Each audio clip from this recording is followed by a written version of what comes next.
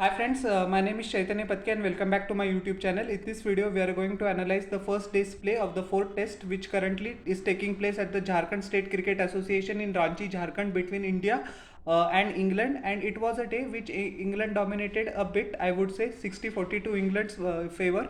302 for 7 in their allotted 90 overs, and it was a day completely dominated by the return and the resurrection of Joe Root, his 31st test 100, his 10th 100 versus India, and he becomes the player who has the most number of hundreds in the test arena versus India. So that is the record. He also went past Sir Alistair Cook, who has most 50 plus scores in test format with his 91st half century, which eventually turned out to be his 31st 100. So now he has 60 half centuries and 3100. So that is one heck of a record, and Joe Root desperately needed this innings because he was woefully out of form, and he went back to the basics, and it was an innings characterized completely as anti-baseball.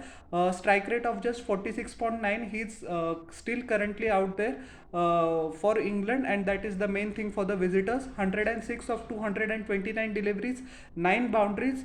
It is an innings with which his country needed the most, and the wickets were tumbling all around him. Still, he kept his composure, and a big shout out to Ben Foakes as well, who actually got out before completing a well-deserved half century, in my opinion. 47 of 126 deliveries, 4 boundaries and a massive 6. His wicket was taken by Mohammad Siraj, with Ravindra Jadeja taking a simple catch.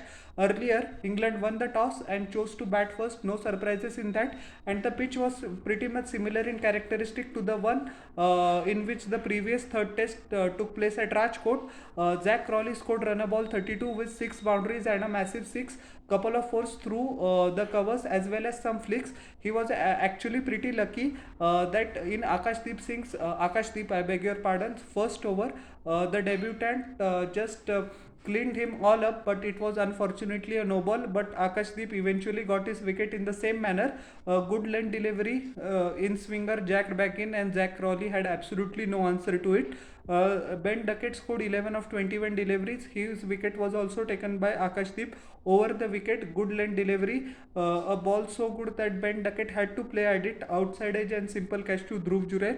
Oli Pope was caught plumb in front by Akashdeep on 0. Oli Pope's form is also getting a bit of a concern for England. If you take out into consideration the 196 he scored in the second innings of the first test, he hasn't performed pretty well. Johnny Bairstow actually looked to redeem himself, but he will be kicking himself with the kind of shot that he played, which was definitely not on at that stage. 38 of 35 deliveries, 4 boundaries, 1 6. Kudos to Ashwin as well, who worked him up by 2 fuller deliveries, but the 2 back of lane deliveries before its dismissal. But the dismissal one, Ashwin came round the wicket, and it was a bit fuller. Johnny Bairstow tried to hoik it from Ranchi to Kolkata, but couldn't succeed in it, and he was plumb in front LBW. Ben Stokes also couldn't trouble the scorers much. 3 of 6 deliveries, plumb in front of Ravindra Jadeja. The ball tandemly to actually was pretty low, which was uncharacteristic, but a dismissal is a dismissal. Tom Hartley tried to show some resistance, but to no, eventually he couldn't do much. 13 of 26 deliveries, 1 boundaries and a 6 as well. He was cleaned up by a magnificent delivery round the wicket from Mohammad Siraj.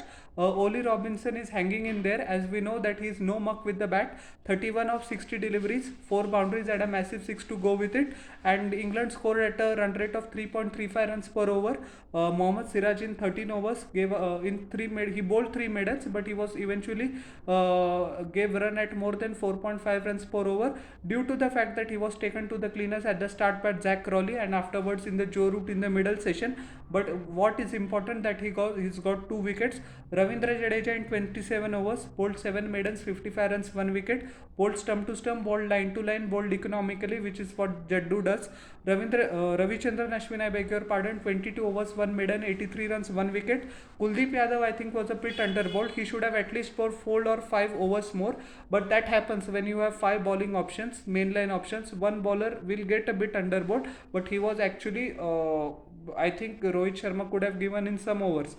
Despite the fact that you take into consideration my point, 10 overs, 3 maidens, 21 runs, no wicket, and Jaiswal bowled the last over of the day. He went for 6 runs. So England made two changes to the starting 11 in this test match. Rehan Ahmed flew immediately back to England due to attend some family problems, so he will miss out the fourth as well as the fifth test match. Mark Wood was who bowled excellently well in the previous test match, who was rested due to workload management. I thought James Anderson will be going to be rested, but England management went with Mark Wood, which I thought was a strange decision, and they drafted in Oli Robinson in place of Wood and Shoaib Bashir in place of Rehan Ahmed. So at least Robinson's decision is going pretty nicely from batting's concern, but we all know that his main skill is of bowling. India just one change. Jasprit Bumrah was out of this test due to workload management, rightfully so, and Akashdeep came in, and Akashdeep was the star for India today. As I said, 17 overs, 70 runs, 3 wickets. Although he went for more than 4 runs per over, but it is okay. He picked up 3 wickets, and all the wickets he picked up were at least more than 137 kilometers per hour. Excellent movement of the seam, and he can bowl. He can move the ball both sideways as well as outside. So that is a pretty rare skill to have. He has put in his hard yards from the Ranji Trophy, playing for West Bengal since 2019. He actually migrated from Bihar to West Bengal to play Ranji cricket there, because as we know, all sorts of issues go on due to non-compliance between Bihar Cricket Association as well as the BCCI. But anyways, that is not the point. He actually swung the ball both ways as well. Excellent seam presentation to go with him, and if he continues to perform like this, sky is the limit for Akashdeep, and that is the salute and kudos to the team management as well as the BCCI for developing a world-class bench strength. As we know that Jasprit Bumrah bowled phenomenally well in the third test match, but we didn't even miss him in the morning session due to the brilliance of Akashdeep. So hopefully Akashdeep picks up 5 wickets tomorrow. He should take 2 of the remaining 3 wickets, so that will be a pretty good feel good factor for him. Analyzing Joe Root's inning, as I said at the start of my video, it was pretty anti-bats ball. 106, as I said, of 226 delivery, gave respect to the good deliveries, played the cut shot, played the late cut pretty well, guided the ball down to the third man. One interesting stat, that he didn't play a sweep shot until his 115th delivery, so that it's very a salute and the kudos to his testament, his perseverance as well as his presence of mind and the clarity of thought, despite the fact of being in such a horrible form, that he will revert back to his old Joe Root. He won't go by the conventions that England has set up, and I think that could be the way forward. As we know that Joe Root, when he plays technically, is one of the best or the most best test batsman in the world in this format. So that could be a template which Brendan McCullum and Ben Stokes could follow, that Joe Root could play his old Joe Root light game and the rest of the batsmen would play like baseball. That is going to be a pretty deadly combination. I said in my preview as well, if Joe Root had shown some restraint in the first innings in the third test, he could have gone on to well score 100 or 150 runs, but unfortunately that didn't happen, and the horrendous shot that he played of Jasprit Bumrah, which didn't came off, he coped in a lot of criticism, which was actually well deserved. But anyways, we are not going to talk about the negatives, we are going to talk about the positives.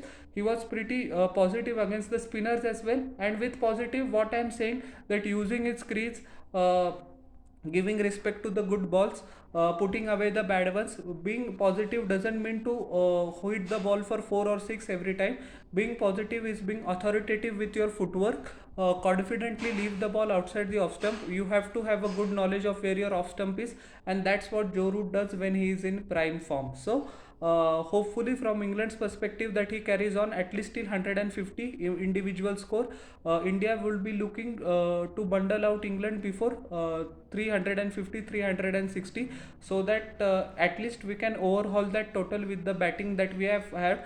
But as the score starts to go above 375 or 380, it becomes actually difficult, despite the fact our batting is in very good form.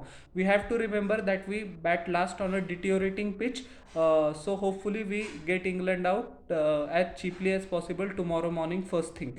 A word of appreciation by Ben Fox as well.